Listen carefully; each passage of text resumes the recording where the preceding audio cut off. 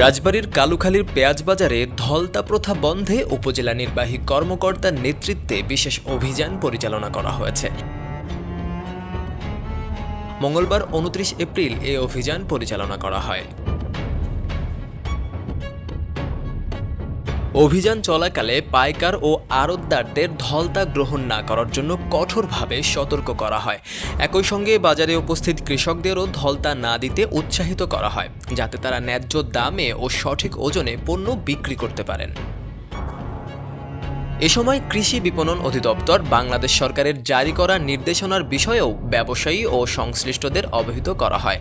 সরকারি বিজ্ঞপ্তিতে বলা হয়েছে, দেশের বিভিন্ন হাট বাজারে পেঁয়াজ, আলুসহ কৃষিপণ্য ক্রয়ের সময় কিছু অসাধু ব্যবসায়ী ও মধ্যস্থভোগী ধলতা বা শুকনা নামে অতিরিক্ত পণ্য আদায় করে থাকেন।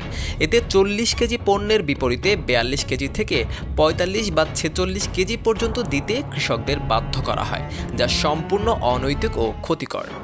এ ধরনের কার্যক্রম ওজন ও পরিমাপ মানদণ্ড আইন ২০১৮ অনুযায়ী দণ্ডনীয় অপরাধ। কৃষকদের আর্থিক ক্ষতিরোধ এবং বাজারে সুষ্ঠু পরিবেশ বজায় রাখতে এ প্রথা বন্ধে প্রয়োজনীয় ব্যবস্থা গ্রহণের নির্দেশ দেওয়া হয়েছে।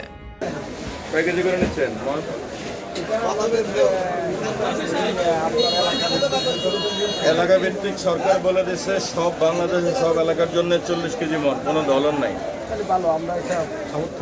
গুড। তাহলে কৃষককে যারা এখনো মাপে নাই, আপনি জানেন নাই আগে, এখন জানছেন, যারা এখনো মাপে নাই বেচতে আসবে তাদের ৪০ কেজি মন হবে। সেটা ওইভাবে আজকে মাইকিং করে দেওয়া হবে, সারা উপজেলায় জানবে। কালকে থেকে যত বাজার, এখন থেকে আমি বলে গেলাম আপনি জানছেন, না জানেন এই কথা বলার সুযোগ নেই। যখন আপনি জেনে গেছেন তখন থেকে ৪০ কেজি মন স্টার্ট। কালুখালী উপজেলা নির্বাহী কর্মকর্তা জানান, ধলতা নামে অতিরিক্ত পণ্য নেওয়া সম্পূর্ণ বেআইনি এবং এটি কৃষকদের সাথে প্রতারণার শামিল। সরকারি নির্দেশনা অমান্য করে কেউ এ ধরনের কর্মকাণ্ডে জড়িত থাকলে তার বিরুদ্ধে আইন অনুযায়ী কঠোর ব্যবস্থা গ্রহণ করা হবে।